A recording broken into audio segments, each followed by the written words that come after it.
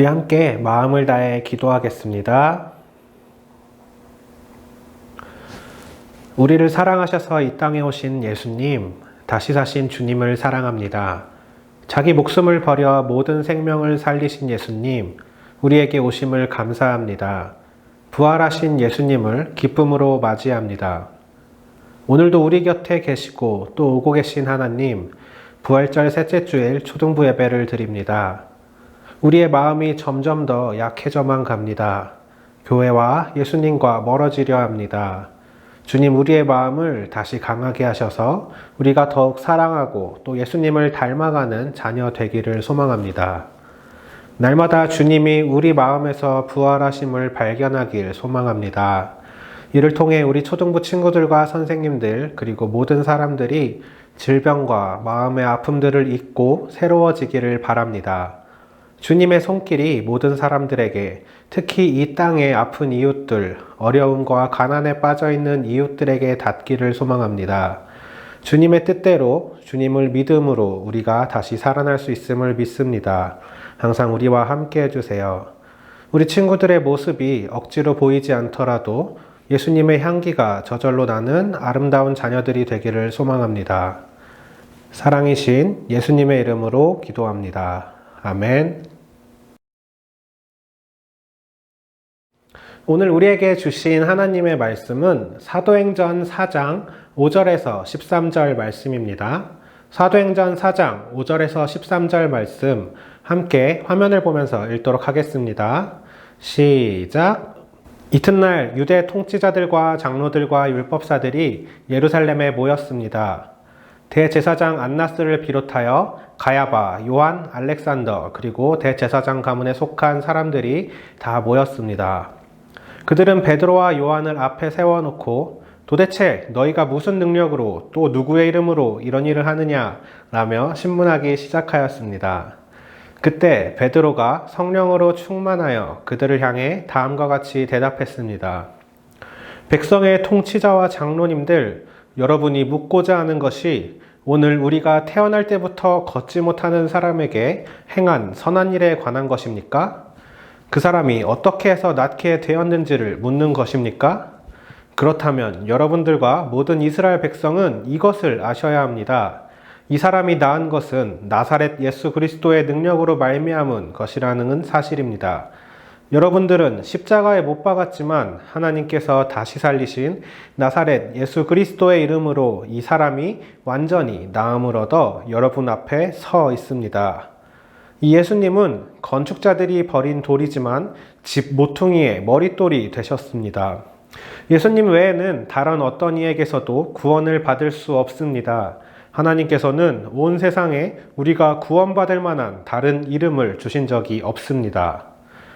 공의회 의원들은 베드로와 요한이 교육을 받지 못한 평범한 사람인 줄 알고 있었는데 이렇게 담대하게 말하는 것을 보고 놀랐습니다. 그제서야 비로소 그들은 베드로와 요한이 예수님과 함께 있던 사람이라는 것을 알게 되었습니다. 아멘.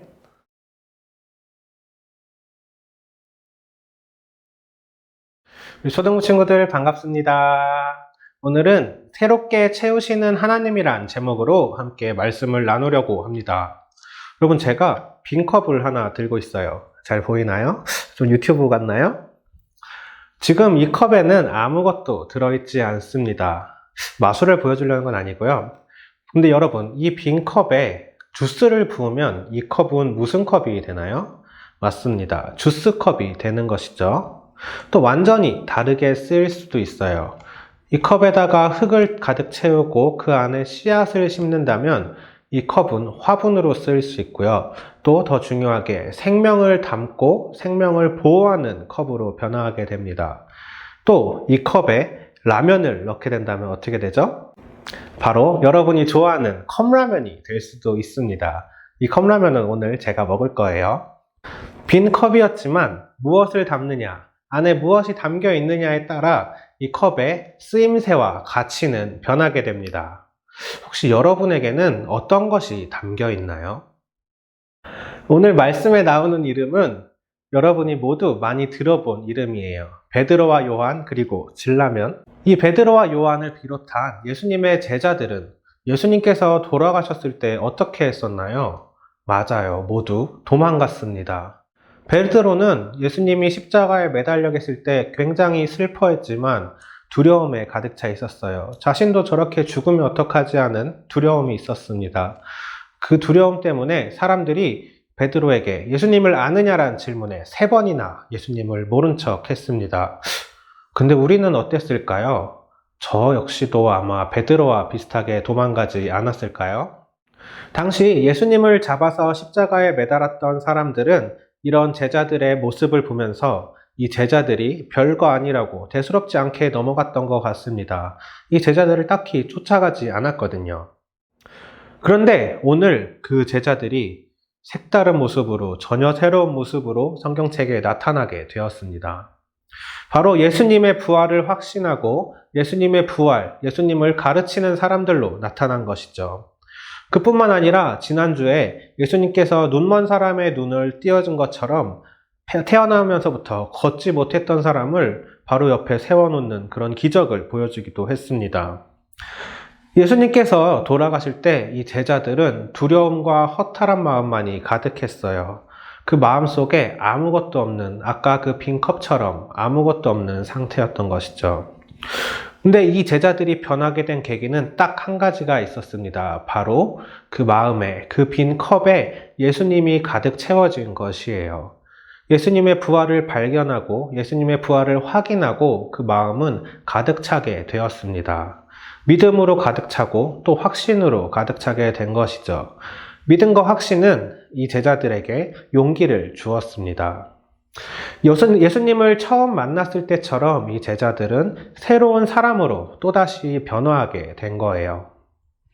하지만 예수님을 십자가에 매달았던 사람들은 이 제자들이 예수님을 알리고 다니는 것을 싫어했습니다. 왜냐하면 이 사람들은 예수님의 부활을 알고도 숨기고 모른 척 했습니다. 그리고 만약 예수님이 정말 부활하고 이 제자들이 기적을 일으키고 다니는 것이 세상에 밝혀진다면 자신들이 예수 그리스도를 죽였다는 그 잘못이 세상에 인정되는 것이기 때문이었어요. 그래서 오늘 말씀에 나온 대제사장과 율법사들 그리고 그 가문들, 바로 귀족들이죠.